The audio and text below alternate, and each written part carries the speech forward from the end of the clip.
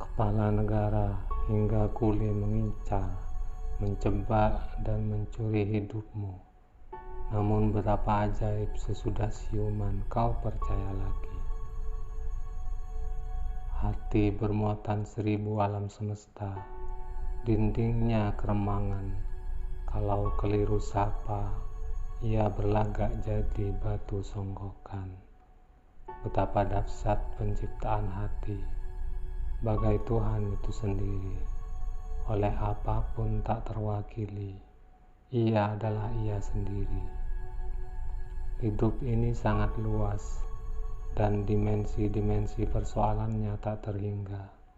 Untuk itu diperlukan bukan sekedar wawasan yang luas dan pengetahuan yang terus dicari, melainkan juga kearifan dan sikap luhur yang konsisten dari hari ke hari. Masih tersediakah peluang di dalam kerendahan hati kita untuk mencari apapun saja yang kira-kira kita perlukan, meskipun barangkali menyakitkan diri kita sendiri? Belajarlah membedakan mana kemuliaan dan mana kehinaan. Amatilah mana orang yang luhur dan mana yang hina, mana yang derajatnya tinggi dan mana yang rendah. Tuhan mengajarkan kreativitas terlebih dahulu. Kalau sama Tuhan kita harus 100%, kalau kepada ilmu kita cukup 99%. Seluruh yang saya ketahui dan yakini benar itu belum tentu benar, maka saya tidak mempertahankan yang saya yakini benar karena mungkin mendapatkan ilmu yang lebih tinggi. Kebatilan hanyalah kebenaran yang tak diberi ruang. Tuhan tidak bertanya padamu, apakah kamu mampu menolong Bambung atau tidak, tapi melihat apakah kamu mencintai orang lemah atau tidak. Peraturan dan undang-undang tidak selalu sama dengan keadilan. Ia bahkan bisa saja bertentangan dengan prinsip keadilan. Undang-undang memiliki relativitasnya sendiri dan tidak mutlak sebagaimana firman Tuhan.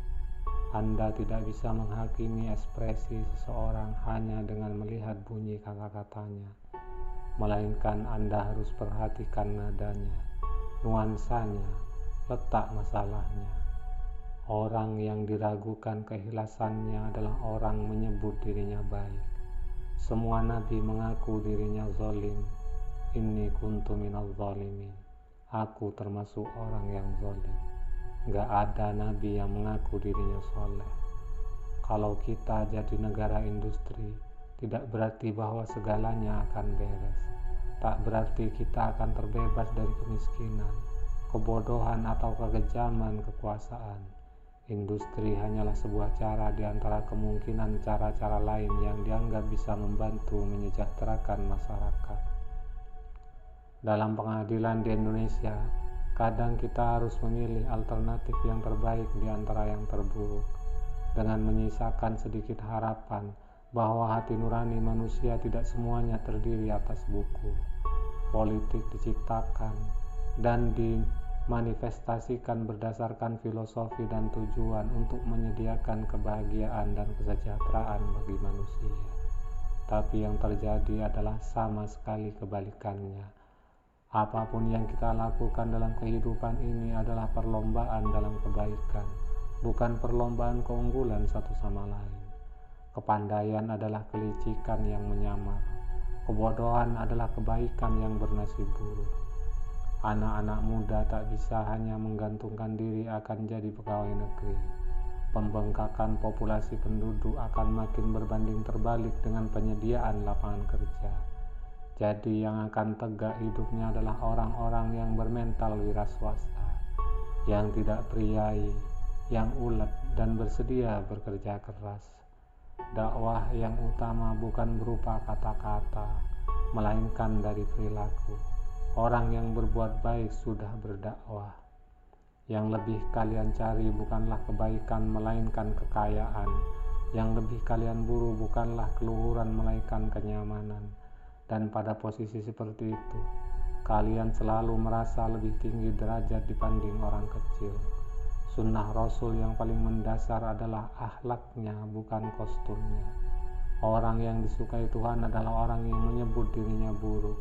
Biso rumongso, gak rumongso biso. Rakyat adalah juragan kita bersama. Kalau pagi kita siapin air hangat untuk membasuh kakinya, dan jika malam kita bernyanyi untuk menenteramkan tidurnya. Apa gunanya ilmu kalau tidak memperluas jiwa seseorang, sehingga ia berlaku seperti samudera yang menampung sampah-sampah. Peraturan dan undang-undang tidak selalu sama dengan keadilan. Ia bahkan bisa saja bertentangan dengan prinsip keadilan.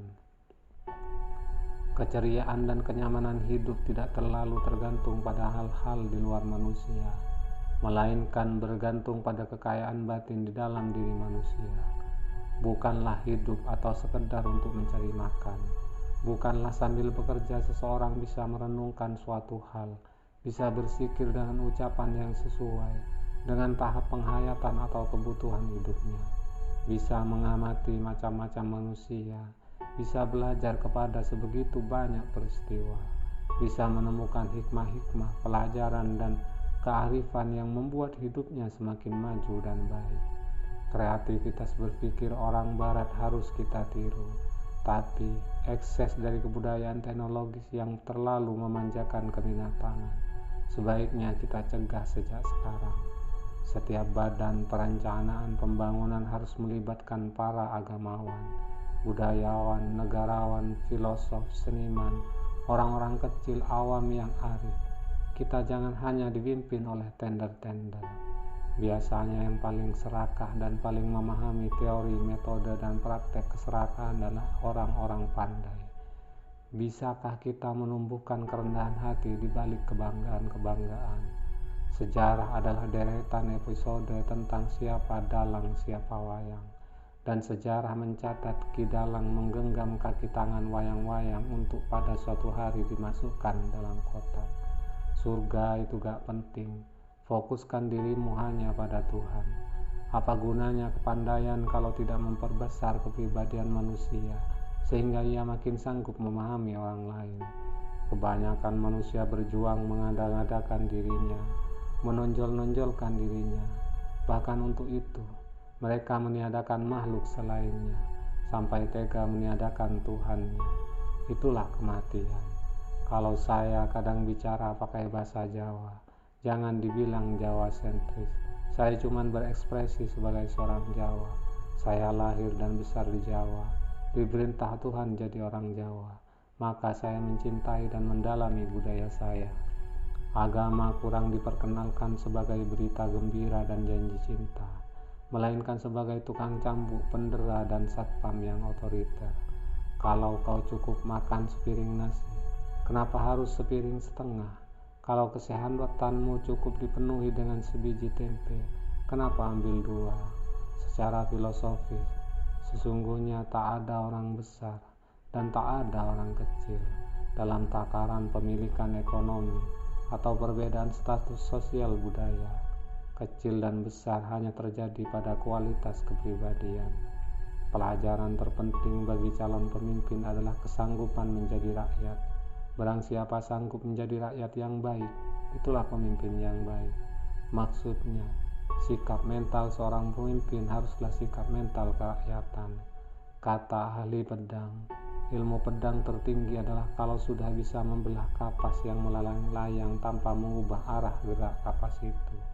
Aneh, ujian tertinggi bagi keahlian pedang bukanlah baja atau batu karang, melainkan kapas. Kekerasan yang telah mencapai puncaknya berubah menjadi kelembutan. Kelembutan tak bisa dikalahkan oleh kekerasan. Menyepi itu penting, supaya kamu benar-benar bisa mendengar apa yang menjadi isi dari keramaian. Aneh, hukum negara bertabrakan dengan hak dasar kemanusiaan, dan keduanya telah tiba pada kondisi purik saling membenci yang susah disembuhkan, tetapi jalan terang tetap terlihat. Setidak-tidaknya cakrawala pandangan setiap orang yang tak mengenal putus asa. Orang boleh salah, agar dengan demikian ia berpeluang menemukan kebenaran dengan proses autentiknya sendiri. Kalau rumah kebakaran, kamu harus belakangan menyelamatkan diri. Kalau musuh datang menyerang, kamu harus berdiri paling depan untuk menyongsongnya. Kalau panen melimpah, kamu harus belakangan makan. Itulah pemimpin. Jiwanya seniman itu bagaikan ruang kosong.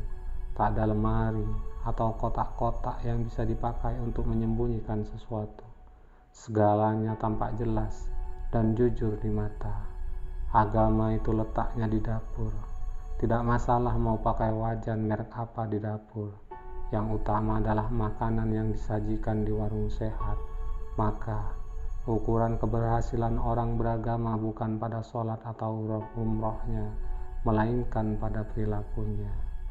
Dunia ini masih dipimpin oleh orang yang lebih memilih kenyang meskipun dijadikan budak, daripada lapar tapi bertahan harga dirinya.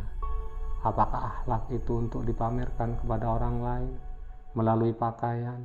Tidak boleh kan? Maka semampu-mampu saya berpakaian seperti ini untuk mengurangi potensi penipuan saya kepada Anda, bahwa kemenangan yang benar-benar kemenangan tidaklah terjadi pada seseorang atas orang lain, melainkan atas dirinya sendiri. Orang tua kita mengajarkan suatu nilai yang membedakan dua jenis anak, yang patuh tanpa reserva, yang pejah gesang derek hidup mati ikut, disebut anak baik-baik, sedangkan yang mencoba rasional, memilih otoritasnya, meskipun itu justru sejalan dengan lorong keadilan, disebut anak nakal. Ada yang bilang negeri ini negeri selembar kertas, masyarakat kita masyarakat selembar ijazah.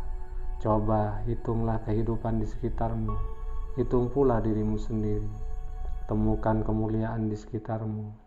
Belajarlah membedakan mana kemuliaan dan mana kehinaan. Amatilah mana orang yang luhur dan mana yang hina, mana yang derajatnya tinggi dan mana yang rendah. Pakailah mata Allah sebagai ukuran. Kematian terkadang merupakan kritik terhadap kehidupan. Kalau saya datang dengan berpakaian gamis dan sorban, memang tidak ada salahnya. Cuma saya takut semua orang akan berkesimpulan bahwa saya lebih pandai daripada yang lain. Lebih parah lagi, kalau mereka berkesimpulan bahwa saya lebih alim. Kalau itu tidak benar, itu kan namanya penipuan. Tuhan tidak tersakiti oleh pengingkaran Anda, tetapi Tuhan sangat tersakiti jika Anda berpura-pura menyembahnya. Iblis tidak berjarak dengan diri kita, dengan karakter budaya, politik, dan pasal sejarah kita. Malah Tuhan yang jaraknya cenderung semakin menjauh dari kita, kecuali pas kita perlukan untuk memperoleh keuntungan atau mentompengi muka. Jangan mati-matian mengejar sesuatu yang tak bisa dibawa mati.